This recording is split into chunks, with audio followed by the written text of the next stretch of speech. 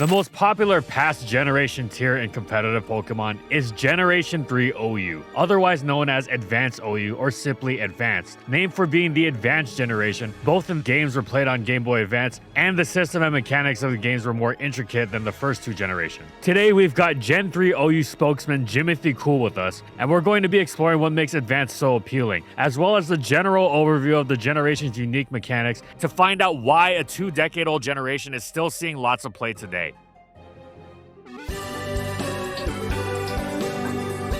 Generations of Pokemon don't stop being played just because they stop being current as soon as the next gen comes out. They still constantly feature in tournaments, and they are played by their many enthusiasts for fun. The secrets of a generation are not fully plundered in the 3 or so years that they exist as current gen. Metagames continue to develop so long as they're played, and even the original OU, Gen 1, continues to see new developments, despite claims to have been solved long ago. Similar claims have been made about Advance as well, and time again, it proves them wrong. Why is it so popular? Well, it combines the fundamental appeal of past generations, a foundation of a stable, defined metagame with great capacity for innovation, new strategies constantly popping up and establishing themselves as legitimate parts of the tier without completely upending what the game is at its core. And that foundation of Advance is what has made it so popular ever since it was the current generation. It is famously enjoyable for its competitive nature, considered by many even today as perhaps the absolute ideal example of a metagame. So well balanced, it's nearly perfect, providing an incredibly interesting and enjoyable experience. What makes Advance so balanced? Well, think about the feature that generally makes the game unbalanced. Overwhelming offense. Whether it's Gen 5 Genesect or Gen 9 Palafin, most metagames going through tumultuous periods generally find that lack of balance stemming from an offensive threat that is unreasonably difficult to contain. With the comparative lower power level of the offensive options in Gen 3, that is not an issue. However, it strikes a perfect balance of not going as slow as the previous 2 generations, which many find not to their taste. There is plenty of offense in Advance. Excellent offense. However, most of it is not that outright powerful. Even Dragon Dance and Choice Band Tyranitar are running Rock Slide as their stab, since there's no Stone Edge. So you really have to play well to make the most out of it. And while there are some options that are monstrously strong by any generation standards, those Pokemon also have significant drawbacks. For instance, Metacham hits really hard, but is absurdly frail and not that fast, so again, you cannot just spam the strong moves for easy, unchallenged success against a good opponent.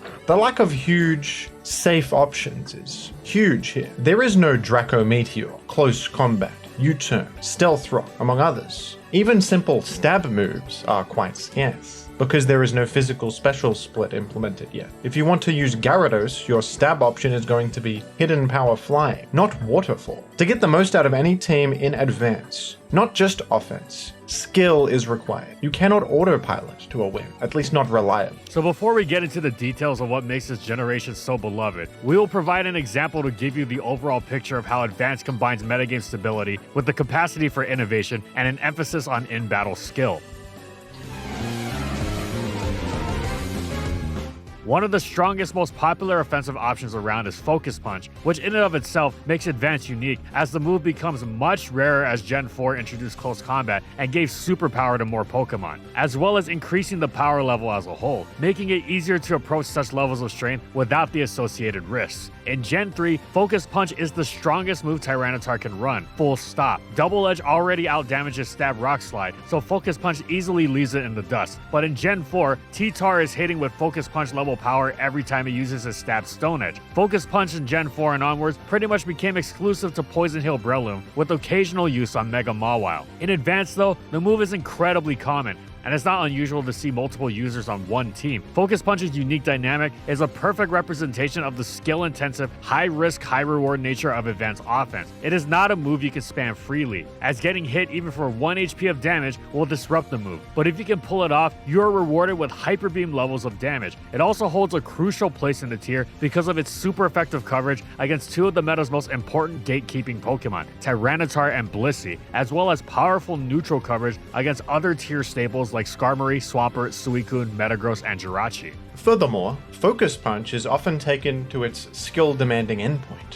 which is using it without Substitute. Sub is the de facto strategic partner for Focus Punch, because it guarantees you get the punch up once you've gotten the sub up. However, it's not without its issues. Losing 25% of your health is no joke, and it takes up a crucial slot in your moveset that would otherwise go to useful expanded coverage. Plus, to successfully get up a sub, you have to predict an opponent's switch anyway, or use it in other scenarios where straight up focus punching would also work, like against a sleeping Pokemon. Even if you do get the sub and the punch, you generally only get that one punch, man, because in most scenarios you won't be able to safely get another sub against whatever broke the first one to begin with. Thus, you extend the same prediction required, usually only getting one logic to Focus Punch, and though it's riskier, you receive major benefits. 1. Not needing to lose your HP often unnecessarily. When Sub Punch T-Tar was particularly common, it would regularly go for Focus Punch against Blissey first, because it knew Blissey wasn't going to stay in, as it would fail to break its 101's HP subs with Seismic Toss, and make it even harder to deal with, so it would save some HP by immediately going for the punch. 2. While the status blocking sub is a great move, sometimes you want more coverage, and not needing to run sub to run Focus Punch helps massively with this, as Tyranitar also discovered when its sub punch sets dropped sub and started running the Jirachi and Metagross smacking Earthquake instead.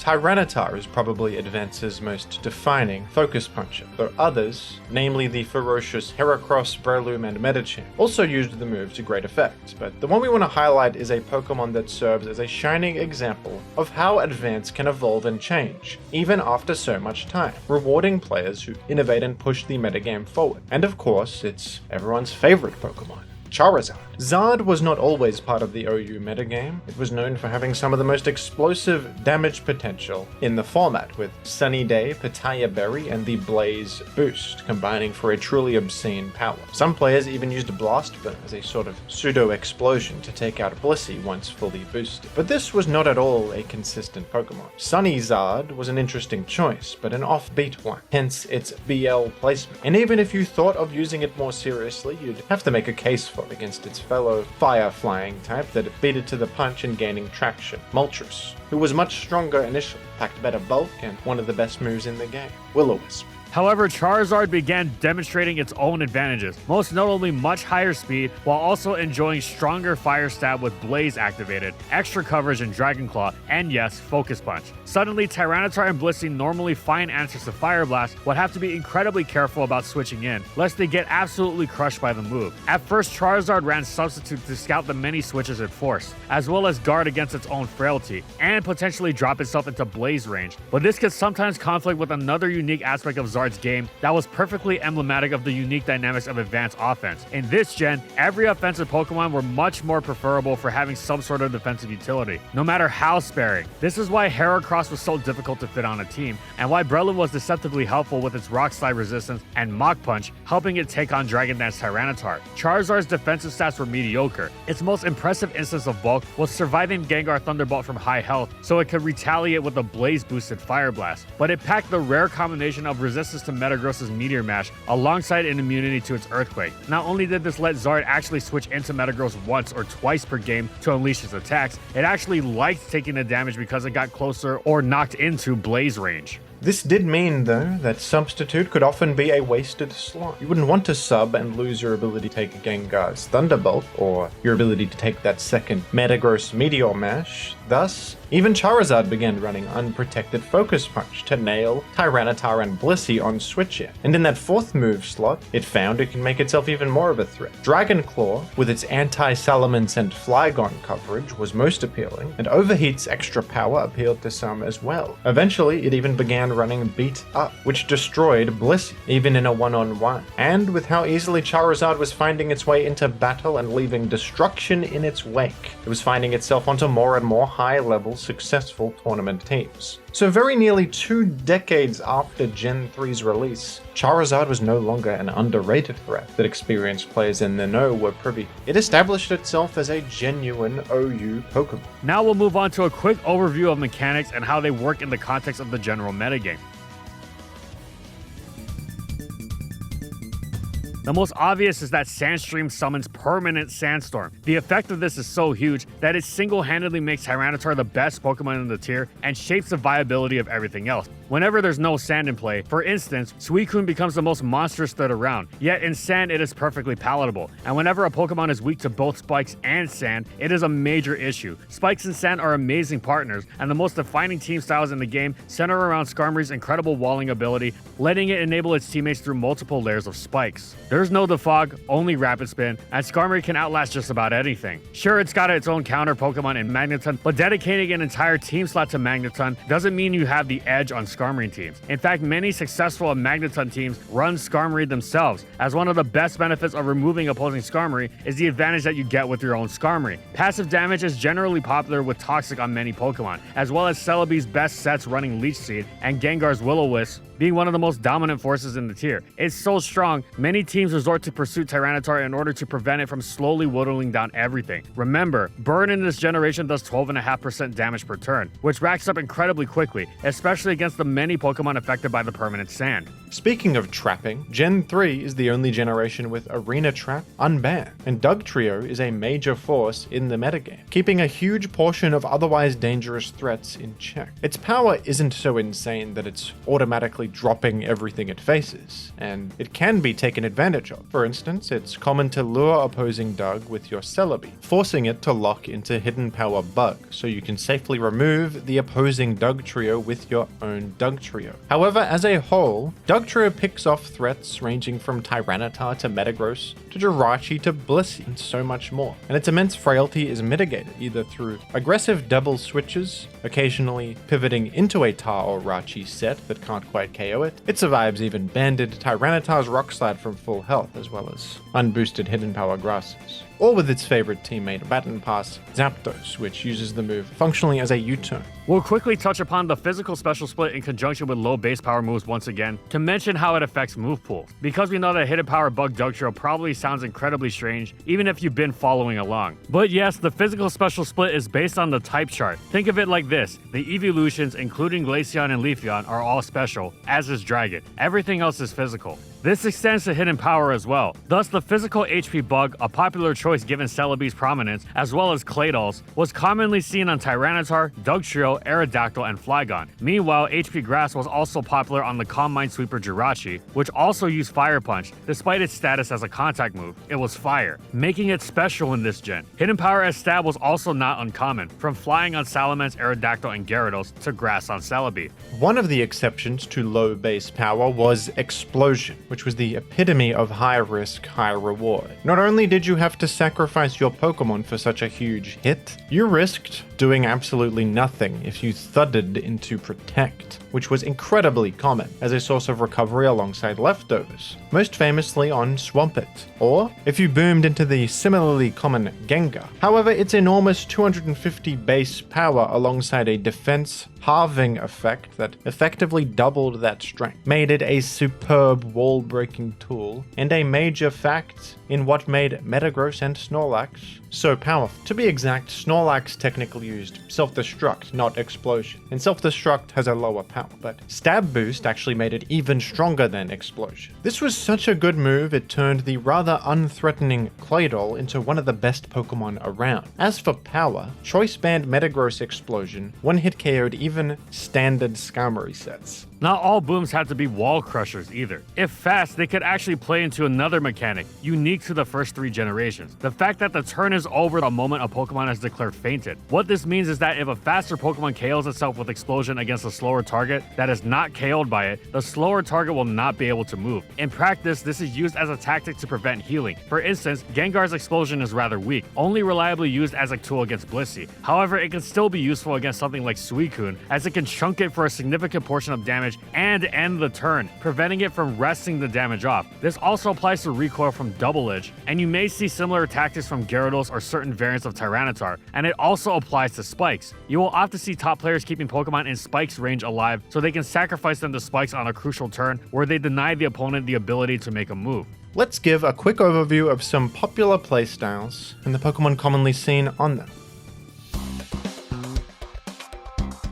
Earlier we mentioned Skarmory and Tyranitar pairing their spikes and sand together. Such teams also rack up the passive damage with Toxic, and the combination of Toxic, Sand, and Spikes is abbreviated to TSS. TSS is the most defining team style in the game, and it can take many forms. All you need is Tyranitar, a Spiker, usually Skarm, and a Toxic user, which is not difficult to fit, though technically. Plenty of TSS teams don't really functionally change much if they don't have Toxic. It's just a move you often use without even trying. In addition to these essentials, popular choices are the crucial walls against the tier's most popular attackers. Swampert and Blissey are the most common, but also used are many others like Zapdos, Flygon, Metagross, Celebi, and Jirachi. Faster attacking Pokemon are also used to exert more immediate pressure and clean up against the opponent, weakened from all the passive damage thrown at them. Popular examples include Aerodactyl, Starmie, Salamence, Moltres, Zapdos, and even Dugtrio. Spikes teams in recent years have also sometimes begun dropping Tyranitar, which used to be unthinkable, and greedier teams with the likes of Rapid Spin, Claydol, and Rest Suicune are popular as well. On the momentum offensive side of things, offensive momentum is gathered through aggressive switches, systematically breaking down of shared counters and trapping. Physical offense teams do not require Magneton, but breaking through Skarmory is so difficult that sometimes you just need to have to dedicate one of those 6 precious team slots to the job. Otherwise, riskier high-powered tactics like Ban Metagross, Curse Self-Destruct Snorlax, and Focus Punch Heracross are used. Boom Spin Claydol is also popular to reset Spike's pressure, while Swampert can alternate from its defensive duties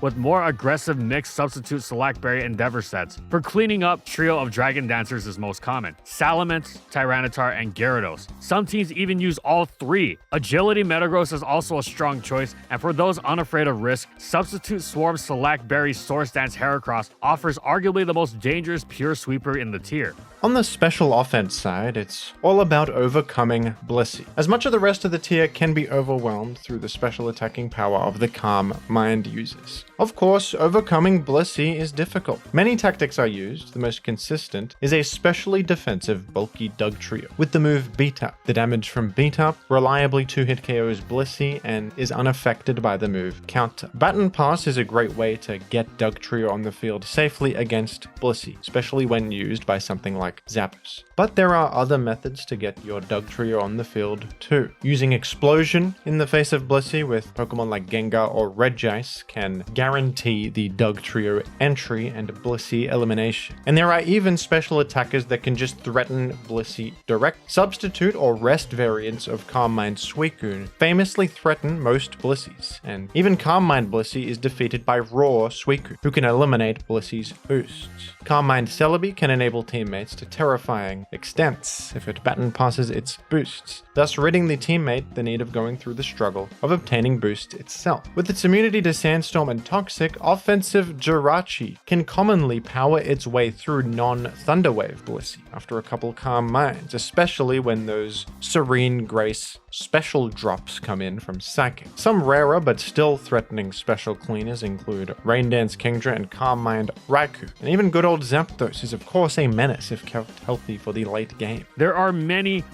other team styles in between. Balanced teams not really focus on spikes, but wearing opponents down through a bulky core with Pokemon like Milotic, enabling repeated bashings from a big hitter like Ban Tyranitar, or even tactics like Knockoff Hariyama, while staying healthy themselves through Wish support. Trap teams, pairing Magneton and Dugtrio to enable sweepers like Suicune and Snorlax. Offensive teams that don't rely on trapping, often referred to as mix or spikesless offense, instead just stacking as many major threats as possible, capable of threatening on both sides of the spectrum. Famous for threats like mixed Salamence, and of course, mixing and matching all of the above. The amount of possibility in advance is vast, which is why sometimes you'll see, for example, special offense combined with spikes, with something like Jolteon cleaning up.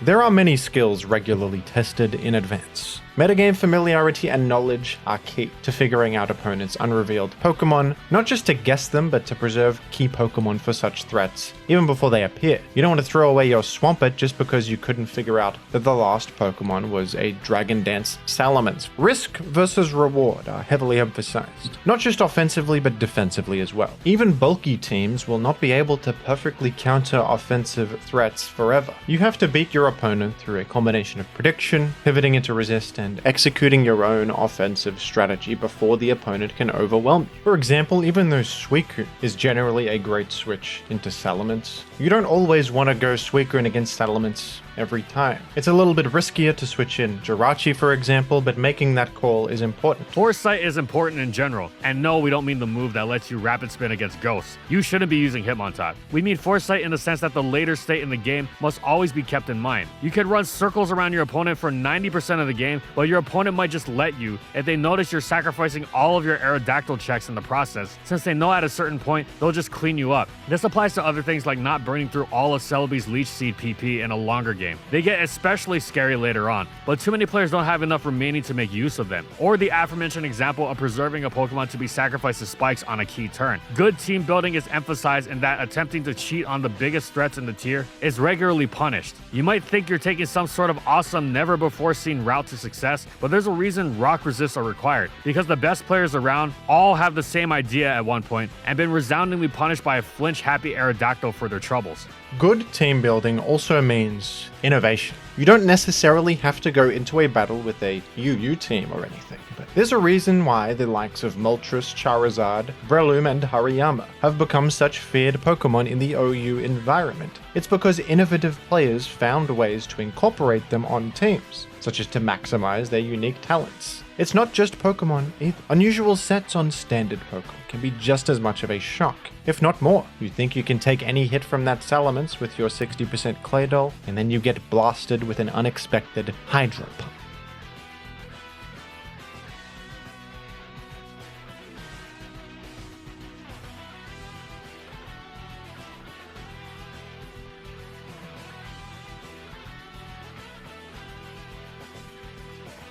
And thank you so much to our Platinum patrons. Thank you to Amphozenus, Alex Sable, Anthony Belval Renault, Bingleton, Daniel Isbeast, Corman, Eric Dissing, Funky, Glitcherton, Howl, Jack G, King Yabber, Nightfall, Megamon VGC, Mojo Gameslayer, Nurse Jake, Pretzel SP, Sojiro Sakura, Spavoon, Gylaria, Sora's and Croxon, Shiwei Miji, Stoneface Colin, Kiboflu, Wardine for their major support of our videos.